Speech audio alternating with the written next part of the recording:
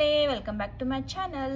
ಇವತ್ತಿನ ವಿಡಿಯೋದಲ್ಲಿ ನಾವು 4ನೇ ತರಗತಿಯ ಕನ್ನಡ ಪುಸ್ತಕವಾದ ಸವಿಗನ್ನಡ ಭಾಗ 1 ಈ ಪುಸ್ತಕದಲ್ಲಿನ ಪಾಠ 1 ಕನ್ನಡಮ್ಮನ ಹರಕೆ ಪದ್ಯವಾಗಿದೆ. ಇದರ ಪ್ರಶ್ನೋತ್ತರಗಳು ಹಾಗೂ ಎಲ್ಲ ಭಾಷಾಭ್ಯಾಸವನ್ನು ನಾವು ಇವತ್ತು ನಮ್ಮ ನೋಡೋದಲ್ಲಿ ನೋಡೋಣ ಮಕ್ಕಳ. ಸೊ ಹಾಗಾದರೆ ನಡೀರಿ ವಿಡಿಯೋನ ಸ್ಟಾರ್ಟ್ ಮಾಡೋಣ. ನೋಡಿ, ಮೊದಲಿಗೆ ಪದಗಳ ಅರ್ಥ ಮಾಡ್ಕೊಳ್ಳೋಣ ನಾವು. ಕಾಪಾಡು ಅಂದರೆ ರಕ್ಷಿಸು ಅಥವಾ ಪೋಷಿಸು ಅಂತ. ದುಡಿ ಅಂದರೆ ಕೆಲಸ ಮಾಡು. ಶ್ರಮ ಪಡು ಅಂತ. ಓಕೆ. ಬೇಡು ಅಂದರೆ ಕೇಳು, ಯಾಚಿಸು ಅಂತ. ಮಡಿ ಅಂದರೆ ಸಾವು ಅಥವಾ ಮರಣ ಹೊಂದು. ಶ್ರೇಯಸ್ಸು ಅಂದರೆ ಏಳಿಗೆ, ಅಭಿವೃದ್ಧಿ ಅಂತ. ಹೋರಾಡು ಅಂದರೆ ಸೆಣಹು, ಹೋರಾಟ ಮಾಡು.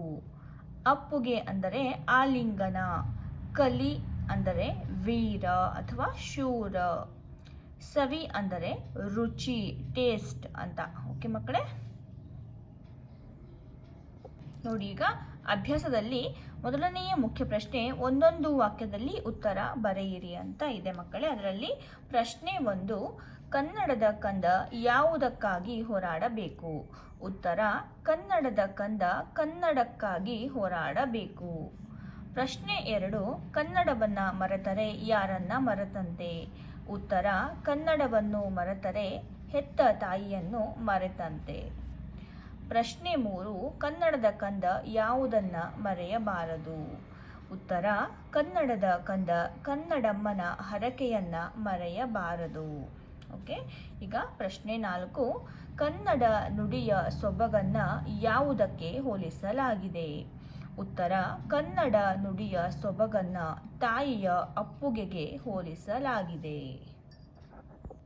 ಈಗ ಮುಖ್ಯ ಪ್ರಶ್ನೆ ಕೊಟ್ಟಿರುವ ಪದಗಳಲ್ಲಿ ಸರಿಯಾದ ಪದ ಆರಿಸಿ ಖಾಲಿ ಸ್ಥಳದಲ್ಲಿ ಬರೆಯಿರಿ ಅಂತ ಇದೆ. ಕನ್ನಡಕ್ಕೆ ಹೋರಾಡು, ಕನ್ನಡದ ಇಲ್ಲಿ ಆಪ್ಷನ್ಸ್ ಕೊಟ್ಟಿದ್ದಾರೆ 4. ಅದರಲ್ಲಿ ಸರಿಯಾದ ಆಯ್ಕೆ ಕಂದ ಅಂತ. ಕನ್ನಡಕ್ಕೆ ಹೋರಾಡು, ಕನ್ನಡದ ಕಂದ, ಇದು ಸರಿಯಾದ ಆಯ್ಕೆ. ಸೆಕೆಂಡ್ ಒನ್, ಮರೆತೆಯಾದರೆ ಡ್ಯಾಶ್ ಮರೆತಂತೆ ನನ್ನ. ಇಲ್ಲಿ ದಮ್ಮಯ್ಯ, ಅಯ್ಯೋ, ಕಂದಯ್ಯ ಮತ್ತು ನನ್ನ ಅಂತ ಕೊಟ್ಟಿದ್ದಾರೆ. ಸರಿಯಾದ ಆಯ್ಕೆ ಅಯ್ಯೋ. ಮರೆತೆಯಾದರೆ ಅಯ್ಯೋ, ಮರೆತಂತೆ ನನ್ನ. ಥರ್ಡ್ ಒನ್, ಮೊಲೆಯ ಹಾಲೆಂತಂತೆ ಡ್ಯಾಶ್ ಬಾಯಿಗೆ.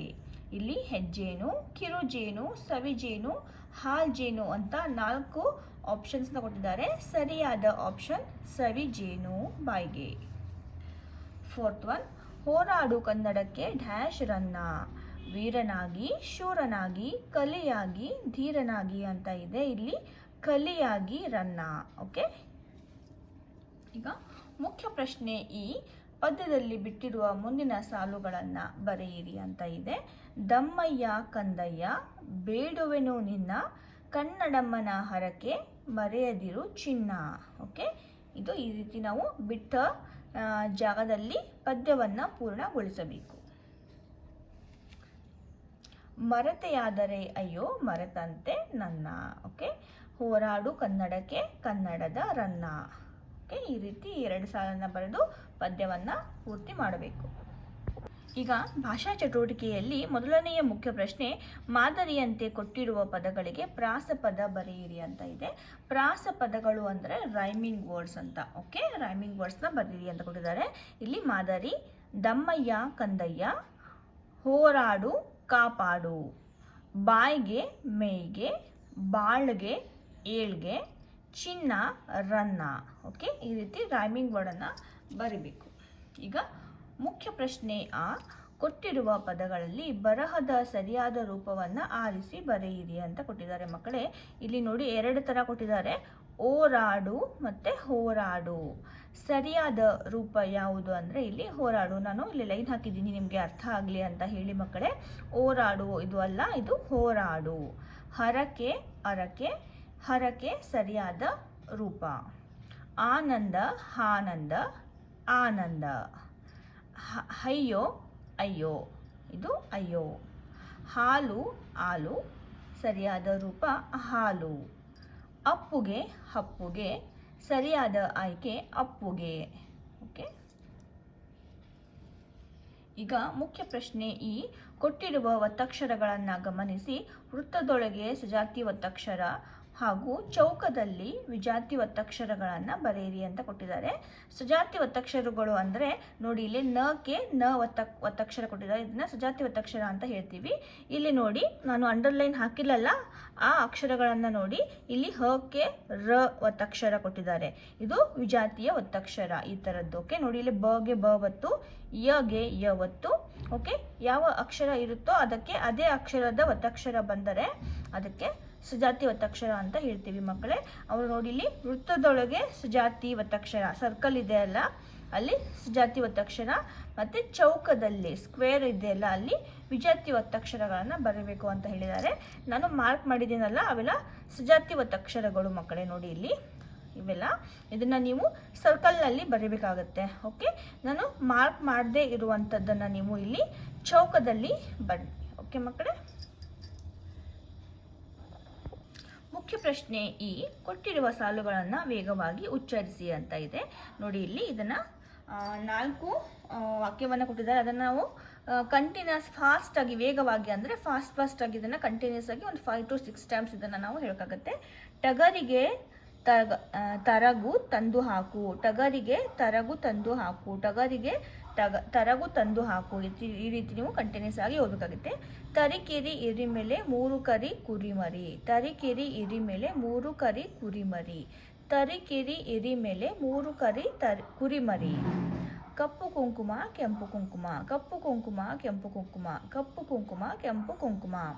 ಕಾಗೆ ಪುಕ್ಕ ಗೂಬೆ ಪುಕ್ಕ, ಕಾಗೆ ಪುಕ್ಕ ಗೂಬೆ ಪುಕ್ಕ, ಕಾಗೆ ಪುಕ್ಕ ಗೂಬೆ ಪುಕ್ಕ. ನೋಡಿ ಇತ್ರಿ, ಫಸ್ಟಾಗಿ ಹೇಳುವಾಗ ಪ್ರೊನೌನ್ಸಿಯೇಷನ್ ಸ್ವಲ್ಪ ತಪ್ಪಾಗುತ್ತೆ. ಸೊ ಅದು ಒಂಥರ ಫನ್ನಿ ಅಂತ ಅನಿಸುತ್ತೆ. ಇದನ್ನು ನೀವು ನಮ್ಮ ಫ್ರೆಂಡ್ಸ್ ಜೊತೆಗೆ ಇದನ್ನು ನೀವು ಕಂಟಿನ್ಯೂಸ್ ಆಗಿ ನೀವು ಏನು ಕಾಂಪಿಟೇಷನ್ ಥರ, ಓಕೆ, ಒಂದು 5 ಟೈಮ್ಸ್ ನೀವು ತಪ್ಪದೇ ಹೇಳಬೇಕು ಅಂತ ಹೇಳಿ ಕಾಂಪಿಟೇಟ್ ಮಾಡಿ ನೀವು ಇದನ್ನು ಆ್ಯಸ್ ಅ ಫನ್ ಆಗಿ ನೀವು ನಮ್ಮ ಕ್ಲಾಸ್ ರೂಮಲ್ಲಿ ಮಾಡ್ಬೋದು ಮಕ್ಕಳೇ. ನೋಡಿ, ಮುಖ್ಯ ಪ್ರಶ್ನೆ ಈ ಪದ್ಯದಲ್ಲಿ ನೀವು ಇಷ್ಟಪಡುವ 4 ಸಾಲುಗಳನ್ನು ಬರೆಯಿರಿ ಅಂತ ಹೇಳಿದ್ದಾರೆ. ನಾನು ಈ ಸಾಲನ್ನು ಬರೆದಿದ್ದೀನಿ, 4 ಸಾಲನ್ನು. ನಿಮಗೆ ಯಾವುದು ಇಷ್ಟ ಆಗುತ್ತೋ ನೀವು ಆ 4 ಸಾಲನ್ನು ಇಲ್ಲಿ ಬರೆಯೋಕ್ಕಾಗುತ್ತೆ. ಕನ್ನಡಕ್ಕೆ ಹೋರಾಡು ಕನ್ನಡದ ಕಂದ, ಮೊಲೆಯ ಹಾಲೆಂತಂತೆ ಸವಿಜೇನು ಬಾಯಿಗೆ, ತಾಯಿ ಅಪ್ಪುಗೆಯಂತೆ ಬಲು ಸೊಗಸು ಮೇಗೆ, ಕನ್ನಡಕ್ಕೆ ಹೋರಾಡು ಕಲಿಯಾಗಿ ರನ್ನ ಅಂತ. ನನಗೆ ಈ 4 ಸಾಲು ಇಷ್ಟ ಆಗಿದ್ದರಿಂದ ನಾನು ಬರೆದಿದ್ದೀನಿ. ನಿಮಗೆ ಪದ್ಯದಲ್ಲಿ ಯಾವುದೇ ಸಾಲು ಇಷ್ಟ ಆಗುತ್ತೋ ಅದನ್ನು ನೀವು ಬರೀರಿ ಇಲ್ಲಿ. ಓಕೆ, ಈಗ ಮುಖ್ಯ ಪ್ರಶ್ನೆಯು ಈ ಪದ್ಯದ ಮೊದಲ 12 ಸಾಲುಗಳನ್ನು ಕಂಠಪಾಠ ಮಾಡಿ ನಿಮ್ಮದೇ ರಾಗದಲ್ಲಿ ಹಾಡಿರಿ ಅಂತ ಇದೆ ಮಕ್ಕಳೇ. ನೋಡಿ ಇಲ್ಲಿ ಮೊದಲನೇ 12 ಅಂತ ಅಂದರೆ ನೋಡಿ ಇಲ್ಲಿಂದ ಇದು 4, 8, 12 ಇಲ್ಲಿವರೆಗೂ. ಓಕೆ, ಇಲ್ಲಿವರೆಗೂ, ಇಲ್ಲಿಂದ ಇಲ್ಲಿವರೆಗೂ ನೀವು ಬಾಯ್ ಮಾಡಿ ಇದನ್ನು ನೀವು ಮನೆಯಲ್ಲಿ ಪ್ರಾಕ್ಟೀಸ್ ಮಾಡ್ಕೊಳ್ಳಿ. ಓಕೆ ಮಕ್ಕಳೇ, ಸೊ ಹಾಗಾದರೆ ಇಲ್ಲಿಗೆ ನಮ್ಮ ಕನ್ನಡಮ್ಮನ ಹರಕೆ ಪದ್ಯ ಈ ಪಾಠದ ನೋಟ್ಸ್ ಕಂಪ್ಲೀಟ್ ಆಗಿದೆ ಮಕ್ಕಳೇ. ಐ ಹೋಪ್ ನಿಮಗೆ ಇಷ್ಟ ಆಗಿದೆ ಅಂತ ಭಾವಿಸ್ತೀನಿ. ಇಷ್ಟ ಆಗಿದ್ದರೆ ಒಂದು ಲೈಕನ್ನು ಮಾಡಿ. ಇದೇ ರೀತಿಯ ಹೆಚ್ಚಿನ ವಿಡಿಯೋಗಳಿಗೆ ನಮ್ಮ ಚಾನಲನ್ನು ಸಬ್ಸ್ಕ್ರೈಬ್ ಮಾಡ್ಕೊಳ್ಳಿ. ಮತ್ತೆ ಸಿಗೋಣ ಮುಂದಿನ ಪಾಠ ಯಾವುದು? ಬುದ್ಧಿವಂತ ರಾಮಕೃಷ್ಣ. ಈ ಪಾಠದ ಪ್ರಶ್ನೋತ್ತರದೊಂದಿಗೆ. ಅಲ್ಲಿವರೆಗೂ ಟೇಕ್ ಕೇರ್, ಬಾಯ್ ಬಾಯ್.